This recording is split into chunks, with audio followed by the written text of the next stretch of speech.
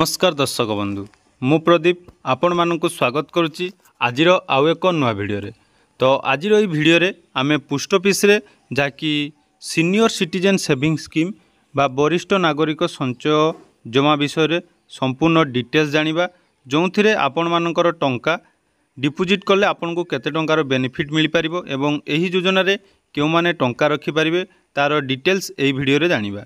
ता पूर्व जदि चैनल को प्रथम थर विजिट करचंती वीडियो को लाइक करेंगे, चैनल को सब्सक्राइब करेंगे और पाखे थिबा बेल आइकन को क्लिक करी आगो को आम चैनल माध्यम रे बहुत सारा नुआ नुआ अपडेट पाई परिबे।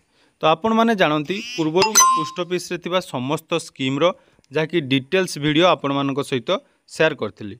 जदि आपण माने से वीडियो एपर्यंत देखि नांती तो प्लेलिस्ट रे आपणकर पई मु सब पोस्ट ऑफिस रो स्कीम रो डिटेल्स रखिची, आपण माने ताहाकू देखि परिबे। या छड़ा वीडियो देखिबा पूर्व आपण माने कौन कौन डिस्ट्रिक्ट रू वीडियो देखुचंती ता नियाती कमेंट बॉक्स रे जणैबे। एबे आसंतु पोस्ट ऑफिस रे थिबा सेविंग अकाउंट रो सीनियर सिटीजन सेविंग स्कीम आपण मानकर बहुत सारा कमेंट थिला जे सीनियर सिटीजन सेविंग स्कीम कोन एवं एही स्कीम रे आपण मानकू कोन कोन सब बेनिफिट मिलिबो आसंतु जानिबा। तो देखंतु जाकी रहिची सीनियर सिटीजन सेविंग स्कीम जोटा कि पोस्ट ऑफिस रे थिबा समस्त स्कीम अपेक्षा अधिक इंटरेस्ट प्रदान करा जायता।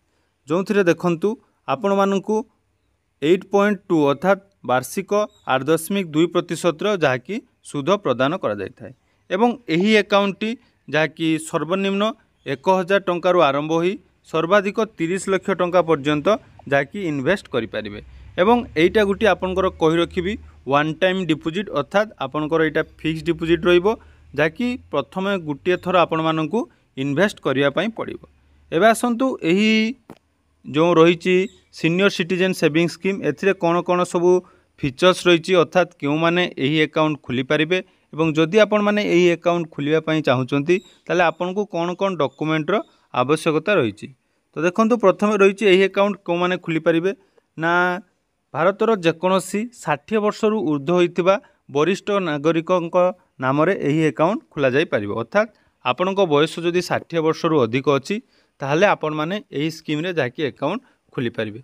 या छड़ा देखंतु जो माने सिविलियन एम्प्लॉय अछंती तांकर बयस 55 वर्ष रु 60 वर्ष भितरे मध्य सेमानकर जाकी टंका इन्वेस्ट करि पारिबे अर्थात जो माने सिविल सर्विस रे जॉब करथुबे तांकर रिटायरमेंट परे से माने 55 रु 60 वर्ष मध्य रे मध्य एही सीनियर सिटीजन सेविंग स्कीम रे टंका रखि पारिबे। या छड़ा देखंतु retired defence employees above 50 years above देखंतु जो मानकर डिफेन्स बा आर्मी रे जो माने जॉइन करथिले तांकर बयस 50 वर्ष रु 60 वर्ष मध्य से माने एही स्कीम रे जाकी टंका इन्वेस्ट करि पारिबे एवं जाकी सेमानकर रिटायरमेंट रो गुटिए मास परे से माने एही बेनिफिट नै पारिबे। एवं देखंतु जाकी एही अकाउंट जाकी इंडिविजुअल एवं जॉइंट अकाउंट बा अर्थात मिलित भाव में मध्य अकाउंट खोलिबार व्यवस्था रही एवं जोटा रही आपड़ देखु the whole amount of deposit in a joint account shall be attributable to the first account holder only अर्थात आप जॉइंट अकाउंट खोलले मध्य आपणकर जाकि फास्ट जो रही फास्ट जो मान ना खोलिबे तांकर एही सब ऊपर जो मु कहली एलिजिबल क्राइटेरिया ता भितर जिबार दरकार।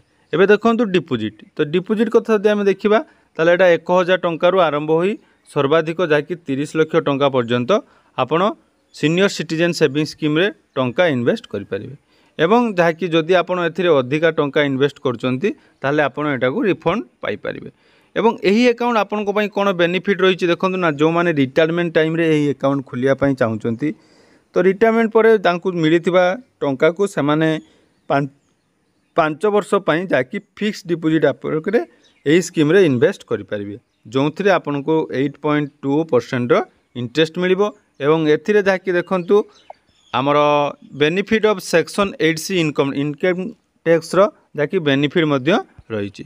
तापर देखंतु इंटरेस्ट रेट तो इंटरेस्ट रेट आपन को या क्वार्टरली बेसिस रे आपन को पेमेंट करा जिवो जाकि प्रथमे डिपोजिट रो मार्च 31 30 जून 30 सेप्टेम्बर एवं 31 डिसेम्बर रे जाकि क्वार्टरली बेसिस रे आपन को टंका प्रदान करा जिवो।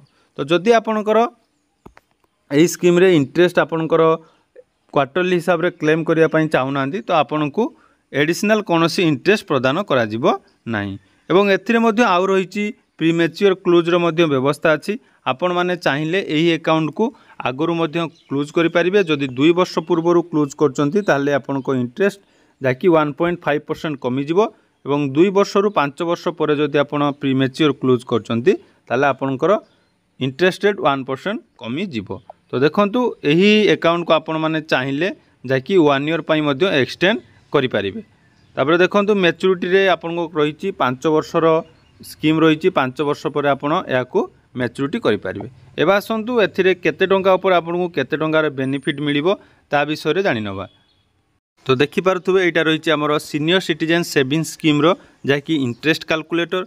तो इंटरेस्ट कैलकुलेटर रे जदि आप प्रथम मुझे 1000 टंकार कैलकुलेशन विषय देखा जो थे आपको क्वार्टरली हिसाब से 20 टंका लेखा इंटरेस्ट मिलिबो एवं सर्वमोट इंटरेस्ट आपको रहिबो 656 टंका अर्थात आप 1000 टंका उपर 5 वर्ष 656 टंकार जहाँकि इंटरेस्ट पाइपर।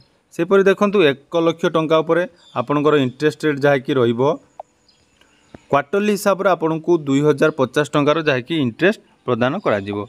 तो 1 लाख टंका उपर 5 वर्ष पर आपण मानकु 1,65,600 टंका टोटाल जहाँकि प्रदान करा जिवो बा मैच्योरिटी अमाउंट आपनकर रहिबो 1,65,600 टंका। सेपरि देखंतु जहाँकि रही सर्वाधिक 30 लाख जहाँकि रही। तो देखंतु एठी आमे 30 लाख उपर हिसाब करिबा। तो 30 लाख टंका उपर देखंतु आपनकर क्वार्टरली पेबल रहिबो बा क्वार्टरली इंटरेस्ट हिसाब रे आपनको 61,419 टंका प्रदान करा जिवो। सेपरि टोटाल देखंतु 30 लाख उपर आपण 47,71,200 टंकार 5 वर्षर सीनियर सिटीजन स्कीम रे जाकि टंका पाई परिबे। एवं आपण मानकु कहि रखिबी एई सीनियर सिटीजन सेविंग स्कीम जहाँकि पोस्ट ऑफिस रे थिबा समस्त फिक्स डिपोजिट बा अन्यान्य डिपोजिट उपरे सबुठारु अधिक सुध प्रदान करुथुबा स्कीम। तो आपण माने चाहिए एई सीनियर सिटीजन सेविंग स्कीम रे आपण मानकर टंका इन्वेस्ट करि परिबे। तेणु एहा थिला पोस्ट ऑफिस रे थिबा सीनियर सिटीजन सेविंग स्कीम रो संपूर्ण डिटेल्स। जदि आपण मानकु वीडियोटी भल लागिछि तो वीडियो को लाइक करिवे एवं चैनल को सब्सक्राइब करने को जमारू भूलिबेनी। एवं आगो को आपण माने पोस्ट ऑफिस रो कौन स्कीम विषय डिटेल्स जानिया पई चाहुचंती ता कमेंट बॉक्स रे निहाती जणैबे। धन्यवाद। पुणी देखा हबो आ गोटे नुआ वीडियो रे।